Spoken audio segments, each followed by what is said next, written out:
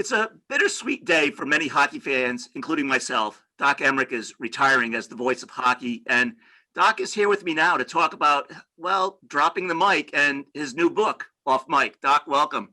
Thank you. Thank you. It's great to be here and good to talk to you about hockey.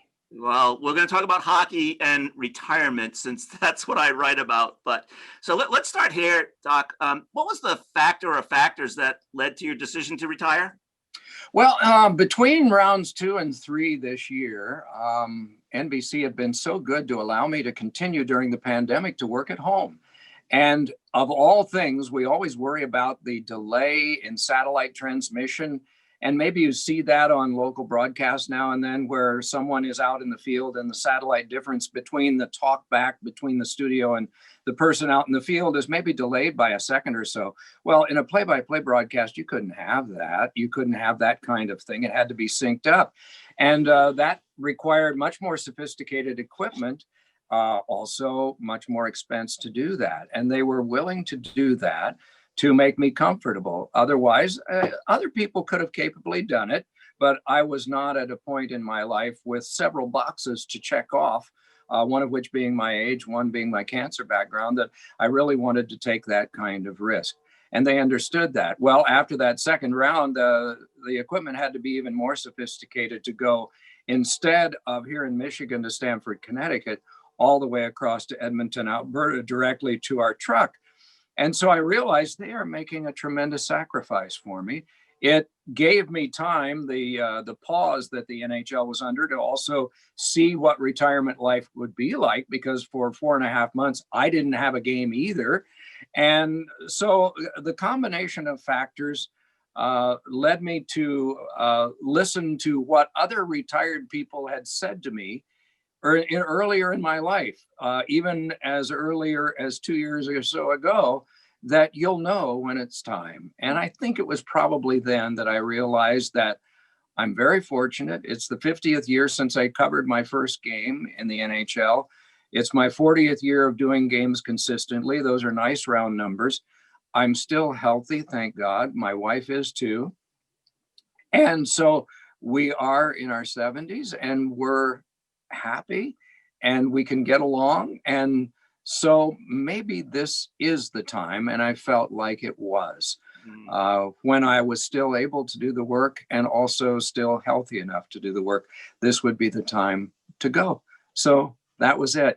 Even though I still had 2 rounds to cover, the self-talk was, don't coast now, because you know, and you haven't told anyone. Do the work and work hard, because you don't want to have any regrets about how you performed at the end. And right. So that's it. Yeah. So I mentioned earlier to you that I had written an article about Gordie Howe after his 3rd retirement. No, there won't be. No. Gordie had so much skill and so much to give that he was always prompted to come back. But I've been treated so well, I can't imagine any sort of perfect departure could ever be improved on by coming back and then doing it again. No. All right. So I mentioned I write about retirement. And one of the problems that people face in thinking about retirement is that they retire from something, but not to something. Any thoughts about what that to will be for you? Have you ever seen a TV program called Storage Wars? It is those roll-up doors that, well, I came through hockey in an analog era and honestly didn't leave it. I still kept analog scorecards and all of that. So there is a storage unit that has been carefully compiled by an assistant, all of the guides from back in those years. Now, the value of those is negligible unless I do the work to compile, for example, all of the Buffalo Sabres guides back into the 1970s in one stack. And I haven't figured out the platform for this yet, but my wife and I are committed to animal causes, and that is not like national organizations. This is local and regional animal causes where we can actually help with veterinarian bills of people that need them paid or things like that. That is where 100% of the proceeds from the book will go. And that is also where eventually because I am told, I think in Ecclesiastes or Deuteronomy or one of those books, that you can't take your pup collection into the next world with you, that someone else should enjoy those.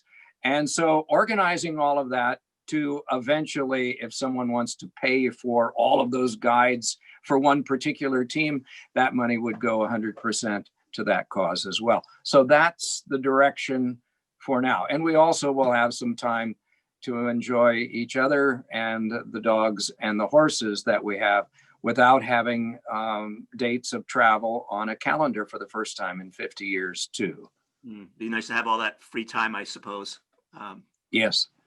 So I mentioned we write about retirement here. We spend a lot of our time helping people prepare for retirement in terms of their being able to enjoy the same standard of living that they had in retirement as they did in their working years. So any thoughts about how well prepared you are financially and what steps you took to become prepared? Did you work with a financial advisor, for instance?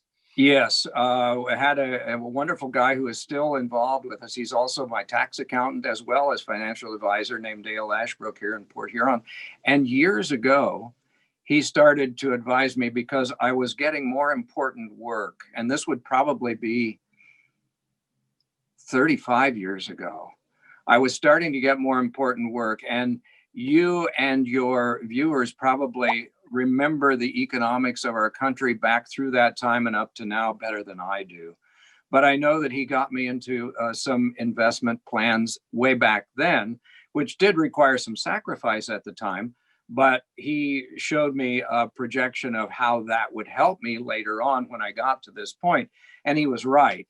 One other thing that he did, and call him a crystal ball guy that was really right on, or whether I just got lucky to find him. But in 2008, just before things got really sour, he got me out of the market and into something else. So I just got lucky. I had the right guy.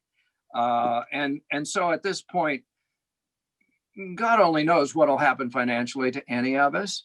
But I think we're fairly well prepared for this, in that I don't have to have the money from the book, and I don't have to have the money from any memorabilia that I sell. It can go to these other causes, which are not tax deductions. They're just things that we feel good doing. So that's where we are now. Okay. So when you reflect on your career, your many years, do you have a sense of what you'll miss most about it? And also a little bit about your most favorite memories? Yes, I absolutely know what I'll miss the most. And we were missing it too on the 11th of March, the last game that Eddie and I did. It was San Jose at Chicago. And the new guidelines had come down very understandably from the NHL that we could not go in the dressing room. We could not do any interviews with players unless we were, as you see now nightly, 6 feet away with a boom microphone. We could not enter the bench area unless it was from the ice, not from interior in the dressing room. We could not do interviews during the game with coaches like Brian Boucher was used to doing, and like Pierre had done on some of his telecasts too. And all of these things were becoming limiting to my favorite part of hockey other than doing the game, and that was sharing things that I'd learned from players. And so that is the thing that I miss the most, and I would look forward to, if I had another season ahead of me, which I don't, would be the return to the lifting of those regulations, because I know other guys that do the work that I do enjoy that part of it too. To talk to Patrice Bergeron about Wilson, his dog, or about why he chose during a lockout year in the NHL, 04-05, to go and play an entire year in Providence. And one of the answers was, my English wasn't really that good, and it gave me an entire year to not only sharpen my skills, but to work on my English. And if you listen to him talk now, you wouldn't think he ever had an English problem. But those are things that you learn from players that you once in a while get a chance to share. And some of the things that I had written down never got out. So if there's another book coming, maybe I'll pour them all into another book, and those things I'll be able to share. Yeah. So I wasn't recording earlier when we were chatting about your anecdote about the New York Rangers and the Canadians and sort of the mindset of hockey players. Do you mind Yes, sharing that again? no, they're paid very well during the regular season, and the average salary right now is a little under $3 million. But at playoff time, and this is the way it's been back through time, the player share for winning the entire thing is not very high, especially when you compare the average salary being what it is. And everybody gets the same thing. So it's not terraced by star players. It's everybody gets the same thing. But that's not why they play. That's not why we had 20 countries represented in this 24-team tournament. After 4.5 months of not playing any games, they all got back. And we had 33,000 perfect COVID tests, the first batch of which were 1 week of COVID tests in each of the 24 cities when these guys were going back and forth to their homes. These are dedicated athletes, and they put on a wonderful show. But the tradition goes all the way back in that you don't talk about the money at playoff time. You talk about, we didn't always have rings, but we've always had the player's name that his parents gave him that can go on the Stanley Cup if you win. And that's what you play for. So in 1979, John Davidson was goaltender for the New York Rangers, and they got to the Stanley Cup final against the Montreal Canadiens. Now it's about 20 years later, and John and I are on a conference call with the media before a Stanley Cup final that he and I are the lead voices for on Fox. And we get to talking about the Stanley Cup final, and I made some casual mention that the players don't even think about the money. And John said, tell you a story. 1979, we go against the Montreal Canadiens. We win the first game, we lose the next 4, we're out. I go home, and of course, in New York, even if you lose to Montreal, you still had a pretty good season and you're still treated like kings. And so 2 weeks later, I'm going to the front door and the mail's there, and I'm going through the mail, and there's something from the National Hockey League. And I'm thinking, what are they writing to me for? And I opened the envelope and I realized it was my playoff check. And he said, I forgot we got paid. And that to me struck a chord that I've never forgotten since, that it's not why they're here going after the Stanley Cup. It's not for the cash, because it's not significant. What's significant is getting your name on the trophy. And that means an awful lot. So I mentioned to you that years ago I wrote an article about Gordie Howe, and I had asked him about his regrets. And one regret he mentioned to me was the fact that he had never graduated high school, and that he would sit on the bus rides from one town to another doing crossword puzzles as a way to buff up his English skills and hopefully make up for not having a high school degree. In terms of your regrets, do you mind sharing at least what you've said to me before about you would call the final game of a cup of one player, but there are 2 players that you wish you had called the last games of? Yeah, I leave with no regrets, really, because one thing that I learned from the interview roundtable that I did with 5 legends were gathered together in 1917 because they were saluted on stage among the greatest 100 players of all time. Mario Lemieux, Sidney Crosby, Bobby Orr, Wayne Gretzky, and Jonathan Toews were all on a round table sitting with me. And Bobby Orr said, I have absolutely no regrets, because I asked him, if we were in the modern era and we had arthroscopic surgery instead of those awful knee surgeries you had to go through, could you just imagine? He said, yes, but I have no regrets. And I have none either. 50 years and 47 of doing play-by-play. But if I had a genie in a bottle and could have a wish, I never have forgotten the chance to do Wayne Gretzky's last game at Madison Square Garden against Pittsburgh with the Rangers.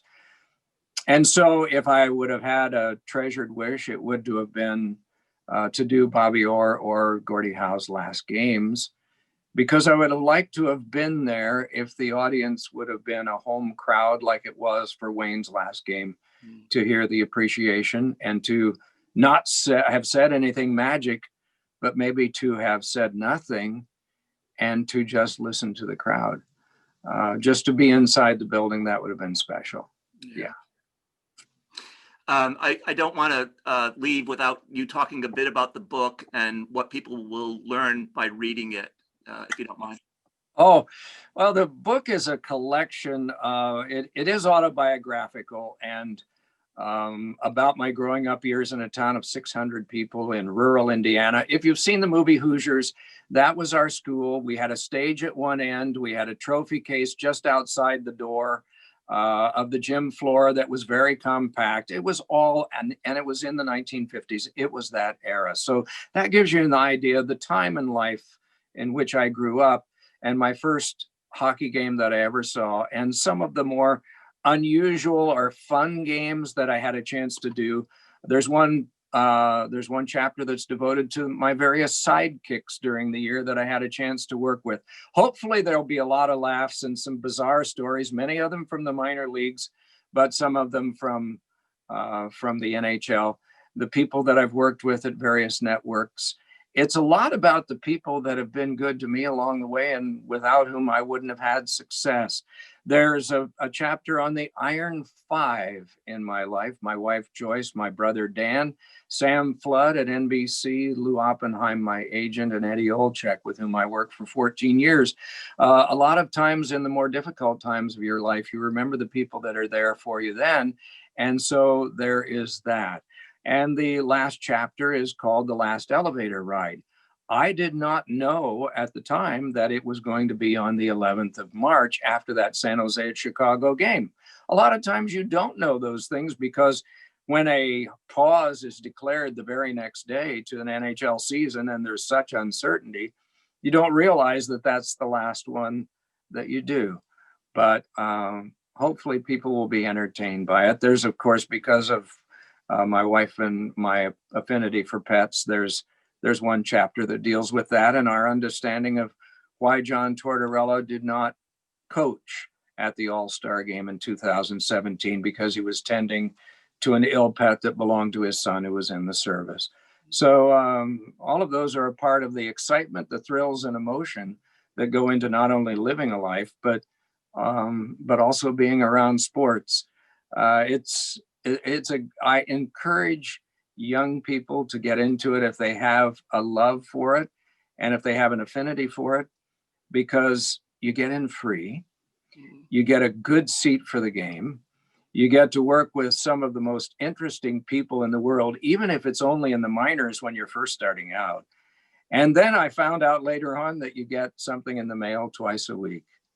And for a while, I was like John Davidson. I forgot we got paid. But after a while, I realized that, yeah, you count on that because you plan for the future with that, just like a lot of your viewers do. Yeah, I should mention that as testament to your beginnings in calling hockey is a jersey from the team that you first called games for. Is that right? From the Oh yeah, the crossed flags. Yeah, that was Port Huron, Michigan. It's about 45 minutes north of Detroit. That was my first paying job. I negotiated my own salary and thought I had done really well at 160 a week. And I realized it was about 80 hours of work a week. So I was a $2 an hour guy, which was below minimum wage, even in 1973. The other jersey is an orange one, Smiling Spaceman. Spacemen were kind of a futuristic thing in the 1950s when the Fort Wayne Comets began. They used this as their emblem into the 60s when all of a sudden there were astronauts that were actually circling the Earth. And so it wasn't as unusual then. But I never forget the minor leagues. And they are in difficult times right now because minor league teams count heavily on sponsorship and upon ticket sales. And once we get a confident public that can go back inside arenas and it's safe to do so, then they can sell tickets and they can sell sponsorships to businesses. But until then, it's a difficult time for those that are operating minor league teams. Yeah. So I'm sure I could ask millions of questions. I think I have two left, if you don't mind. Okay. No. One is, so I'm a big fan of Eddie O and depend on him for the Derby and Preakness and Belmont and always I shouldn't say bet, but, take his recommendations to heart. So do we all. Okay. Just want to make sure that Eddie Yeah, O's so do we all. Win or lose, we always rely on him, and we don't let him. We don't let up on him if we lose. Yeah. All because right. we all take his tips. But No, yes, go ahead and finish. No. It's, and obviously, there's no voice like yours. I suspect will there be any way to I don't know, make sure that we protect your voice for years to come in retirement. Well, fortunately, when I explained my decision to NBC, they were very gracious in saying a lot of nice things about the contributions they felt I'd made. But at the end, they said, we would like you to continue to do some essays for us whenever you want to and whenever you have something on your mind. Gosh, you can't ask for any better treatment than that, because I'm new to this retirement thing. It's only 2 days ago now. And I don't know how to do it. And I think that keeping contact with people that I have worked with all these years, 15 with NBC, and doing something occasionally about the sport I love will make a great difference in how I adjust to all of this. And every once in a while, we do have a lockout. And my wife compliments me on how I've learned where the light switches all are again. So we have that to go through as well. But it should be fun, and it is the right time. All right. So the last thing is there anything that we haven't touched upon that you'd like to make mention of, or anything that you've already mentioned that you want to just reemphasize before we wrap up? No. You've allowed me to talk about the creatures, which are very important. And it's not just dogs and cats. I mean, there are some veterinarians here that will stay after they close the shop and will tend to turtles or ducks or things that are brought in that normally would just be allowed to stray off and die on their own. And one vet sent me a tape of a turtle with a cracked shell. I don't know what you do with them, but he was able to repair it. And he said, now for it to be fully repaired with reptiles, it'll take maybe 6 months. But he sent me a tape of this repaired turtle shell, releasing it back into a pond, and it happily swum away. You don't solve every problem with every creature, but once in a while you can celebrate one. And that made me smile. Yeah, that's the starfish story, I think, right? Yeah. True.